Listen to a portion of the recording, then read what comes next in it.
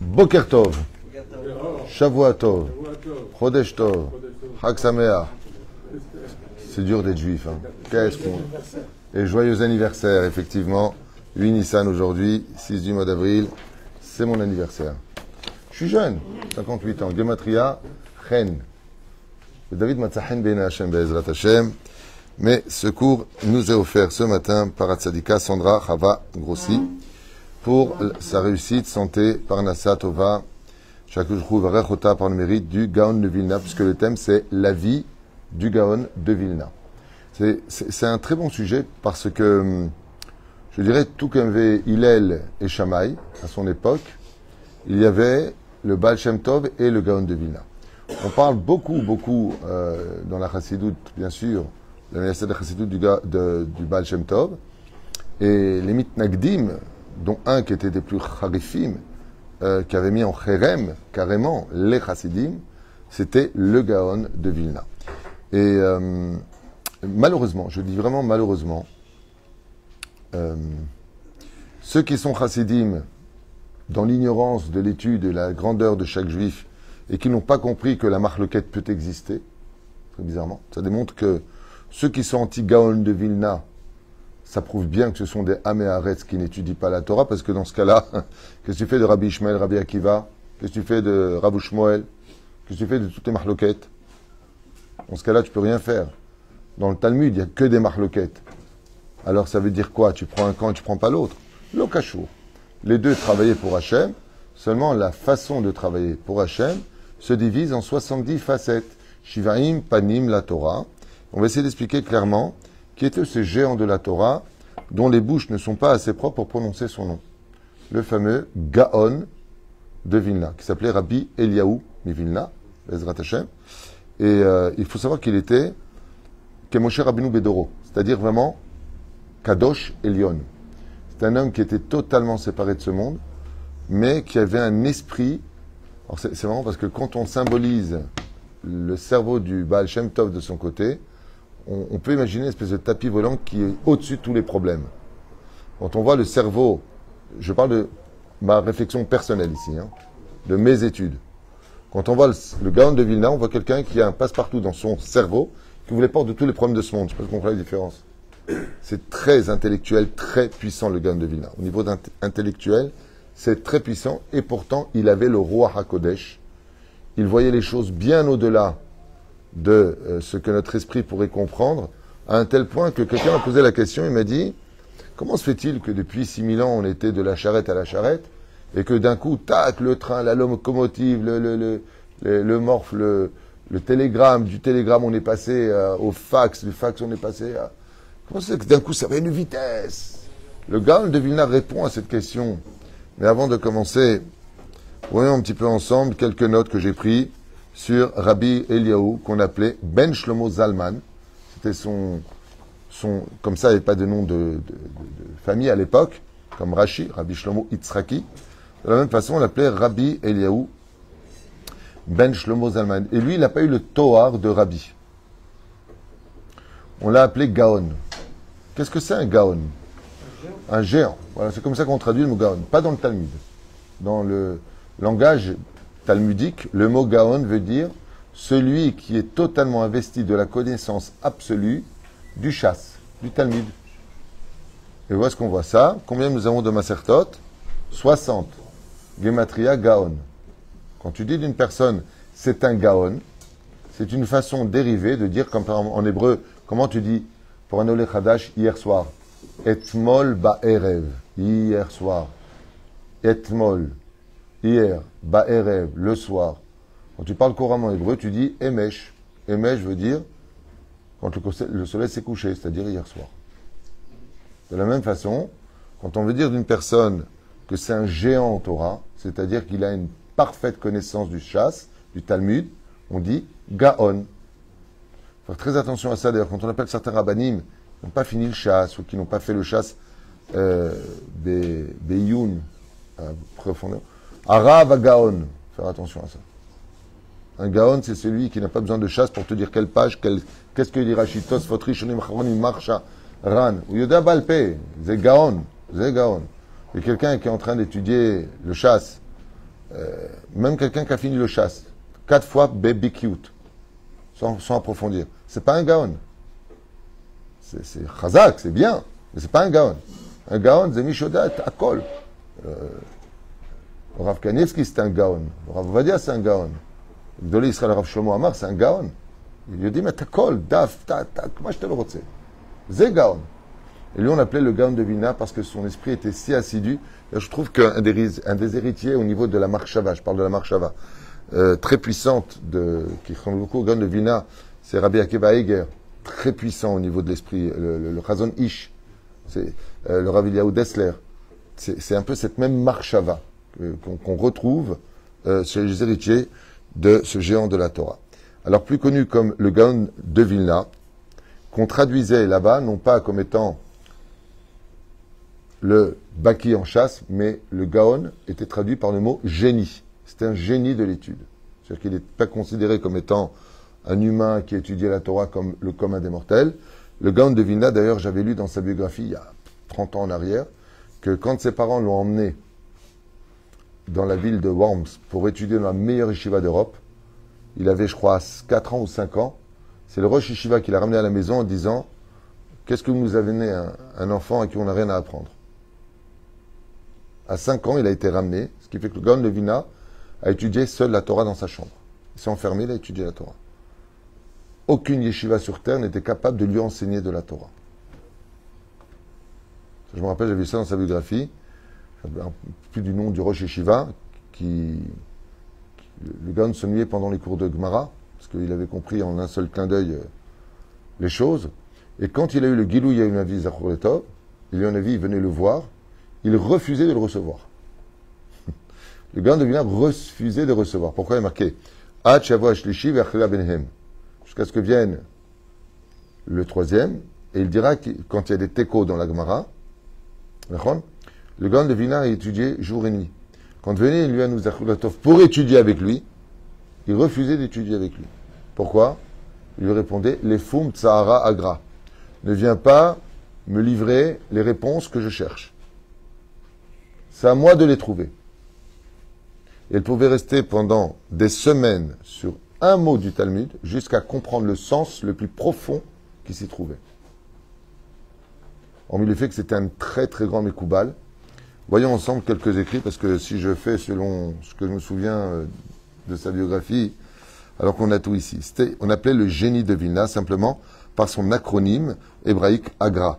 Donc c'est les initiales de Rabbi Eliyahu Vilna. Okay?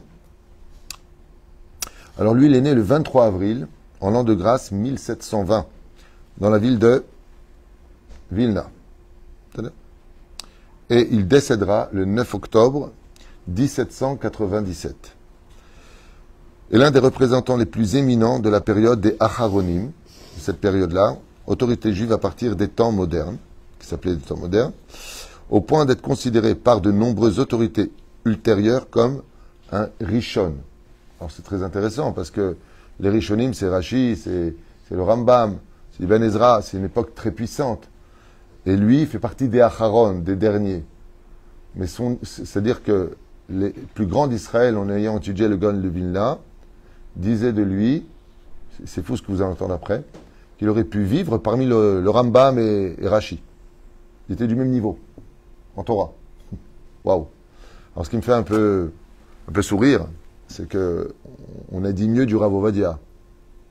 Les Gdolé Israël, comme le Rav Auerbach, on dit du Rav Ovadia Yosef, que lui, s'il avait vécu à l'époque des Tanaïm, Rabbi Meir, Rabbi Shimon Bar Yochai, Rabbi Yehuda Bar Ilai, Rabbi Yossi Galili, Rabbi Tarfon, waouh, Rabbi Eleazar, Rabbi Eliezer, il aurait été chez lui. Les Gdolé Israël ont dit du Rav Ovadia Yosef que son niveau de Torah était celui des Tanaïm. Juste une parenthèse comme ça. Rav Ovadia Yosef. S'il avait vécu à l'époque des Tanaïm, il aurait été chez lui. Il n'aurait pas été en retard au niveau de l'étude. Mais Rav Gdushato va Franato Batora. Je ne sais pas si vous comprenez de quoi on parle, mais c'est impensable. C'est l'autorité donc juive médiévale dont les opinions ont préséance sur celles des Acharonim. Doué au niveau de l'esprit, dans l'ensemble des savoirs juifs traditionnels, absolument hors du commun, que ce soit la Torah de par elle-même, le Talmud, les halachot, Shulchan Aruch et la Kabbale, toutes les connaissances les plus aiguisées et les plus inconnues de l'esprit ont été acquises par le Gaon de Vilna. On parle vraiment de quelqu'un d'absolument géant. Et dans les sciences profanes, dès son plus jeune âge, il devient le chef de file des mitnagdim opposant les chassidim. Il y a une chose qui est très particulière chez le Gaon de Vilna, c'est que même au niveau des sciences profanes, tu pouvais le voir pour n'importe quel sujet d'astrologie, de science, de physique, n'importe quel domaine, il faisait très rapidement d'un grand son petit élève. Mirov Gdushato ve Yediato Batora. Il est communément appelé en hébreu Hachassid Agadol mi Vilna. On lui a donné d'ailleurs un surnom, très bizarrement, parce que la chassidoute était aussi un sujet qu'il connaissait parfaitement. Alors pourquoi il s'est opposé au Baal Shem Tov? Parce que justement, comme je l'ai marqué d'ailleurs la semaine dernière quand j'ai noté, ah oui c'est là, je retourne la page. L'histoire, oui c'est ça. Le Gaon de Vilna avait un tel respect pour les hiérarchies des mondes supérieurs comme des mondes inférieurs qu'il disait toujours, d'abord sois droit, Yesharim, ensuite sois un tzaddik, respecte méticuleusement la halacha. Ensuite, deviens un chassid. Même si tu as raison, reste transparent à la bêtise de l'autre et trouve-lui du mérite. Et ensuite, sois kadosh. Et cela le mettait en colère de voir des gens qui passaient de Hamaharetz à chassid. Oh! D'abord, on a dit tu es droit. Ensuite, tu es tzaddik. Comment tu peux devenir chassid? Ce qui fait que le Gaon de Vilna disait il ne faut pas brûler les étapes. Tu peux pas mettre un mec en redingote en 2 secondes, chapeau, truc noir, ça y est, j'adhère à un mouvement, c'est bon, je suis lui. Il m'a pitam, regarde comment tu te comportes. Tu deviens un Chilul Hashem. Et ça a été la crainte du Gaon de Vilna dans le monde de la chassidoute. Il n'était pas contre la chassidoute, bien au contraire. On l'appelait Ahassid Agadol mi Vilna.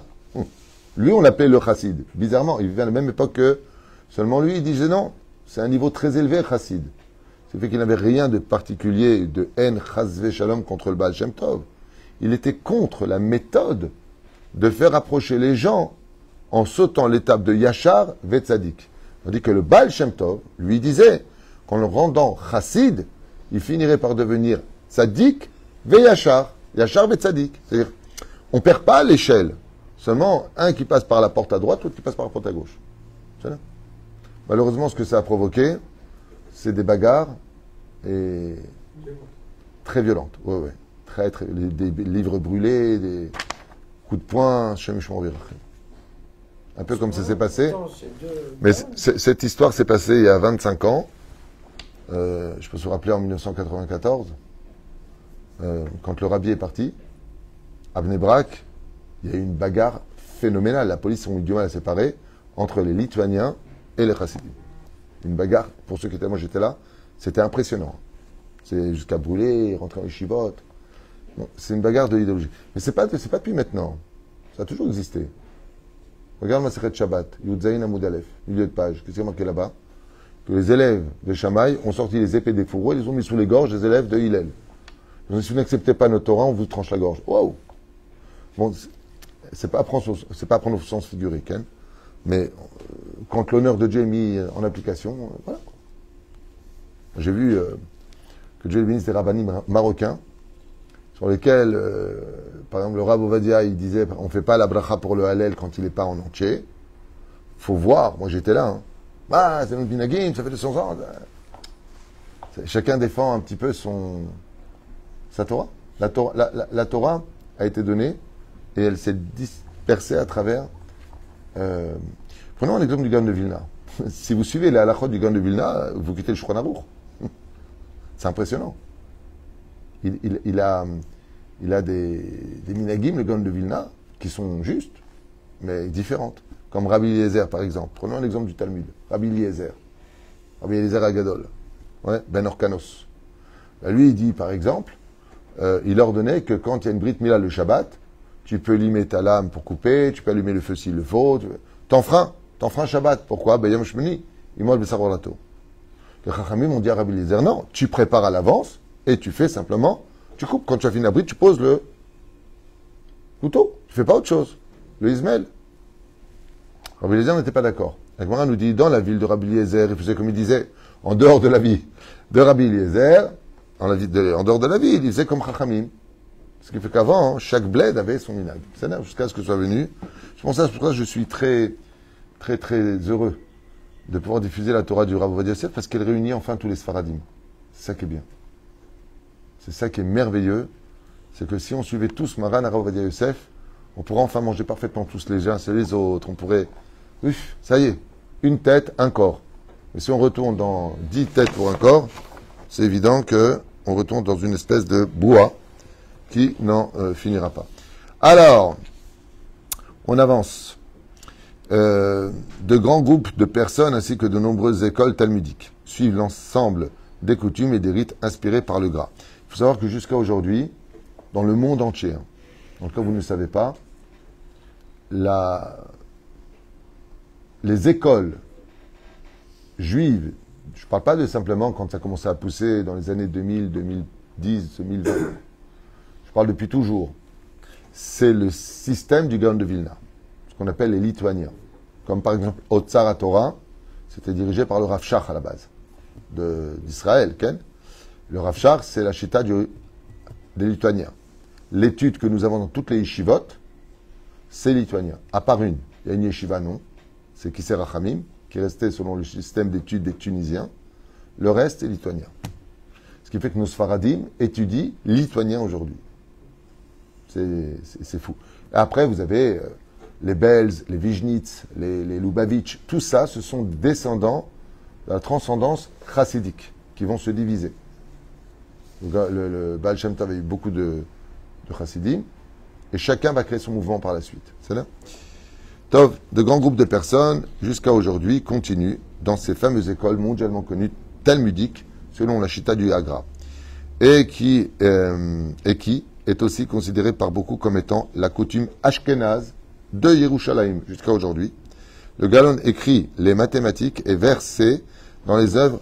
Alors là, par contre, il faut que tu m'aides. d'Euclide. C'est un grand mathématicien grec. Ah, c'est un grand mathématicien grec, d'Euclide. C'est ce qu'il dit ici. Il était aussi spécialisé dans les mathématiques que ce grand géant des mathématiques, Euclide. Ok, je ne connaissais pas. Je ne connais pas, moi, les mathématiciens et tout ça. Parce que... Ouais, non, mais moi, sur mon portable, j'ai une calculatrice, il me dit tout, tu vois, je ne me prends pas la tête. Non, c'est vrai. A traduit les œuvres de grands mathématiciens en hébreu, car le Gaon de Vilna, comme il a compris que le monde avait été créé par les mathématiques, vous savez ça. Les mathématiques sont une séance très importante dans le judaïsme. Tu ne peux pas étudier le Talmud comme il le faudrait, certaines, comme par exemple le Maseret Souka, si tu n'es pas très fort en mathématiques. Le Gaon de Vilna était un spécialiste des mathématiques. C'est ce qu'ils disent ici. Comme indique la Mishnah dans le traité de Péa, l'étude de la Torah équivaut à l'ensemble des mitzvot. Le Gaon encourage son élève, le plus réputé de tous, Rabbi Chaim de Vologine, exactement, qui vivait dans la ville de Chazak, donc tu m'aurais dit autre chose, on ne sait jamais, a fondé une école talmudique dans laquelle la littérature rabbinique est enseignée. La yeshiva, ouverte de fameuse yeshiva de Vologine qui s'est ouverte en 1803. Quelques années après la mort du Gaon de Vilna et il révolutionne le monde de la Torah, ce qui entraîne un impact sur l'ensemble de la communauté juive orthodoxe qui se liera grandement à tout cela. Alors attendez un instant parce que j'ai quand même deux feuilles, je voudrais voir. Voilà, un peu plus de détails sur la biographie. Il revint à Vilna en 1748, déjà auréolé d'une renommée considérable et mondialement connue, était le Gaon de Vilna. À peine dès l'âge de ses 20 ans, il recevait la visite des rabbins les plus âgés et les plus éminents du globe de la terre qui venaient chez lui pour des questions d'halachot les plus épineuses, n'ayant pas trouvé de réponse. Malgré ses voyages en Europe de l'Est, il ne se rendit jamais en Israël. Le Gaon de Vilna n'est jamais venu en Israël, contrairement à Rabbeinu. Et qui non plus n'est pas venu en Israël? Le Baal Shem Tov. Cependant, plus de 500 de ses disciples y allèrent vivre sur ses exhortations. Lui n'est pas venu, mais il encourageait grandement la Aliyah à ses élèves. Allez vivre en Israël, étudier la Torah en Israël. Cette immigration est considérée comme le début du retour des Juifs sur la terre d'Israël grâce à ce géant de la Torah, le Gaon de Vilna, qui encourageait grandement tous ses élèves à perpétuer la Torah sur la terre d'Israël. Il était également prisé des savants non juifs qui appréciaient grandement ses aspirations en mathématiques et se référaient à lui aussi en astronomie. C'est-à-dire même les professeurs non juifs venaient le voir pour des questions non élucidées selon leur méthode. On peut définir 2 points principaux dans la méthode d'étude de ce géant de la Torah. Tout d'abord, un retour aux sources, c'est-à-dire d'analyse d'un texte talmudique en se référant aux versets et à la méthode de déduction. Ensuite, montrer qu'il n'y a pas d'opinion entre les textes talmudiques et les textes de la Kabbale. C'est-à-dire il arrivait à un tel degré qu'il te montrait que tout le monde avait raison. Le Gaon de Vilna. Donc on voit bien qu'il n'était pas opposé à la Chassidoute, mais qu'il avait une divergence d'opinion avec eux. Le rationalisme du Talmud n'est jamais en contradiction avec le Zohar. Par exemple, une des choses qu'il a expliquées, c'est que le Talmud et le Zohar ne sont pas en contradiction. Ou d'autres ouvrages de la mystique juive. Ça veut dire qu'il avait réussi à faire quelque chose de grandiose. C'est ce qu'on appelle le collier. Vous savez, chaque perle est unique en son genre. Mais quand tu la mets dans le fil, ça devient un collier. Lui t'expliquait qu'en réalité, chaque livre de Torah n'est rien d'autre que la continuité parfaite qui s'emboîte dans les explications de la controverse qui l'accompagne. Et c'est extraordinaire, parce qu'il te prouvait qu'en réalité, tout l'ensemble de la Torah, c'était comme un miroir qui était tombé par terre, et qu'en réalité, si tu remettais les morceaux à chaque place, tu voyais une image, que la Torah était une. Il est enterré à Vilna auprès d'Avraham ben Avraham, dont il était le guide spirituel. Son opposition à la Chassidoute fut un grand bruit, puisqu'il signa le décret de Cherem contre les Chassidim. Le judaïsme chassidique devint influent dans sa ville. Le Gaon rejoigna les rabbins et les chefs de communautés polonaises pour prendre des mesures et réduire l'influence de la Chassidoute. C'est en 1977, la première excommunication, Cherem, fut lancée par les Mitnagdim de Vilna contre les Chassidim, et une lettre fut également adressée à toutes les grandes communautés, leur recommandant instamment de traiter les Chassidim d'après l'exemple de Vilna, c'est-à-dire de s'éloigner d'eux et de ne pas les compter dans le minyan. Mais pas de la haine, c'est bizarre en temps de Nachon. Encore une fois, pour quelle raison? Car il y voyait un danger dans la tradition et la transmission juive. C'est en vous savez comment on dit? Ose Hadashot, Baal Milhamot. Dès qu'il y a quelque chose de nouveau, ça crée des guerres. Et le Baal Shem Tov, c'est un renouveau dans l'histoire. Donc automatiquement, ça fait des guerres. C'est en 1781, quand les Chassidim reprirent leur prosélytisme, sous la conduite de leur rabbin, Shneur Zalman Milady, ce géant de la Torah, Rabbi Shneur Zalman Milady. Vous savez ce qu'il a écrit comme livre? Le Tanya. Okay. Le Gaon de Vilna les excommunia de nouveau. El Baal Shem Tov, El Baal Tanya. Les a excommuniés. Les définissant comme hérétiques, avec qui aucun juif pieux ne pourrait se marier. Interdiction formelle de se marier avec les chassidiques. C'est fou. On parle de 2 géants de la Torah. Une fois, Baba Saleh à la Vachalom, il est arrivé dans un kollel à Rishon LeZion. Et le Rosh Kollel, il était en train d'enseigner des enseignements du Gaon de Vilna. Et il a fait un geste, il y avait Baba Saleh chez lui, en disant, alors comment Baal Shem Tov? Avec le geste comme ça. Baba Saleh s'est levé, et il est parti. Ils n'ont pas compris, c'est un honneur de recevoir au kollel. Il s'est levé, il est parti. Et il s'est retourné, il lui a dit, dans 7 jours, ce kollel fermera. Ils ont compris que Baba Saleh venait maudire le kollel. Quand il est arrivé à Netivot, le Rosh Yeshiva a tellement eu peur, le Rosh Kollel, qui est parti le voir.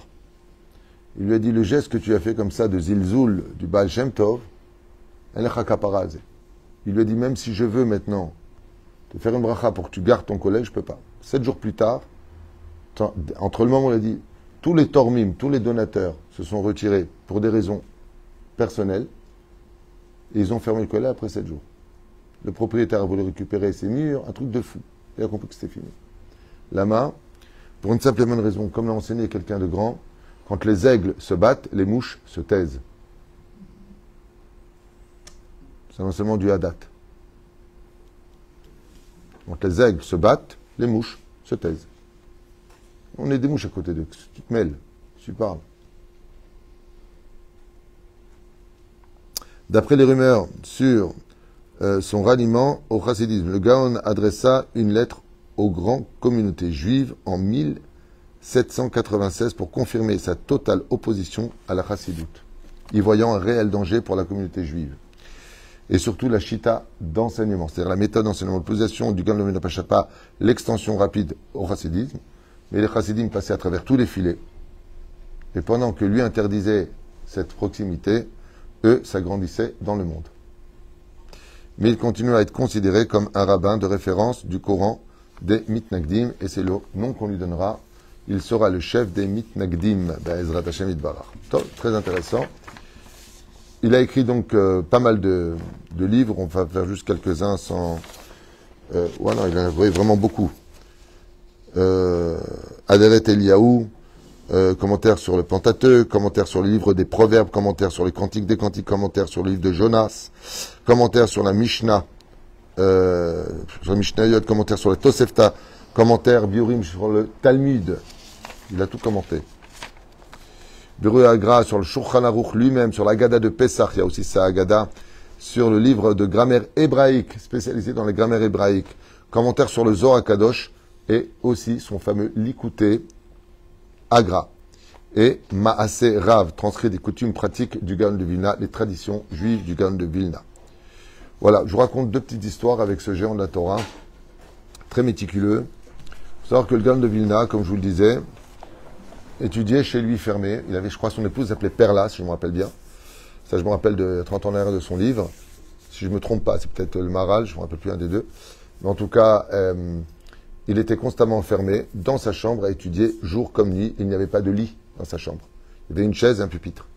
Des livres tout autour, à Yayoshev, et à la lumière d'une bougie, il étudiait la Torah dans des conditions on ne peut plus précaires.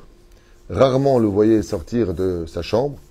Et un jour, pour s'aérer un petit peu les jambes, il est sorti au chouk. Quand il est sorti au chouk, vous imaginez, hormis sa lumière intense qui émanait de son visage, il a vu un homme qui est venu le voir. Vous savez, à l'époque, il y avait les charrettes, puis il t'emmenait de la marchandise à droite, à gauche, à droite, à gauche. Et quand ils ont vu le Gaon de Vilna, tout le monde s'attroupait autour de lui. Et ils ont posé... J'espère qu'un jour, vous comprendrez que quand il y a un cours, il ne faut pas déranger. J'espère que un jour, ça rentrera dans l'esprit. Quand il est sorti, ce fameux taxi est venu le voir. Donc il n'y avait pas de chevaux, il était pauvre. Et il tirait la charrette. Et il lui a dit, dis-moi, Vodarav, avec toute la vie pourrie que je mène, avec toutes les difficultés que j'encours, avec la sueur sur mon front, avec ces vies pourries, au moins j'ai le monde futur. Et le Gaon l'a regardé et lui a dit non. Il lui a dit non. Il lui a dit, alors, que ça sort là d'un type comme moi, c'est pas grave. Le Gaon de Vilna, s'il te dit ça, c'est mort. Et là, il a eu très très peur. Alors il a attrapé Vodarav, je vous en supplie, qu'est-ce que je dois faire? Il lui a dit une phrase tellement puissante et qui représente d'ailleurs toute la chassidoute. Le Gaon de Vilna lui a dit, si ta vie est pourrie sur terre, c'est ce que tu retrouveras de l'autre côté. Si tu retrouves le sourire sur terre, tu retrouveras le sourire de l'autre côté. Le but des épreuves de ce monde, c'est de garder le sourire. Il faut avoir la foi, il lui a dit.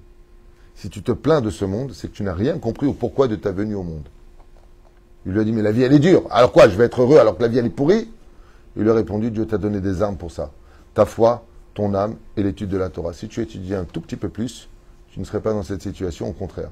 Tu serais fier d'avoir vécu avec toutes les épreuves que tu as endurées et d'être encore vivant aujourd'hui. Cet homme lui a dit, alors je prends sur moi aujourd'hui la joie de vivre. Il lui a dit, tu viens d'être Ben Haolam Haba. Comme ça, lui dit Gaon de Vilna, tu es redevenu l'héritier du monde futur. C'est une histoire, vous voyez que c'est exactement toute la chassidoute à émettre. Il n'était pas contre. Il justement était contre le fait de passer trop vite d'un shlav à un autre shlav.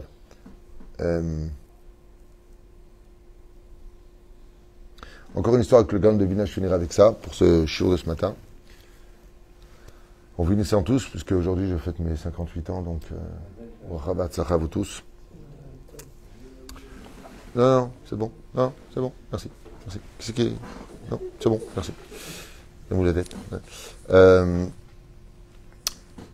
Le Gaon de Vilna était Me'od Makpid sur la Séouda qu'il considérait comme étant la plus importante de toutes. Melavé Malka. Il était très peiné de voir des gens ne pas réaliser Melavé Malka comme cela se demandait dans le Shulchan Aruch. Il était très peiné.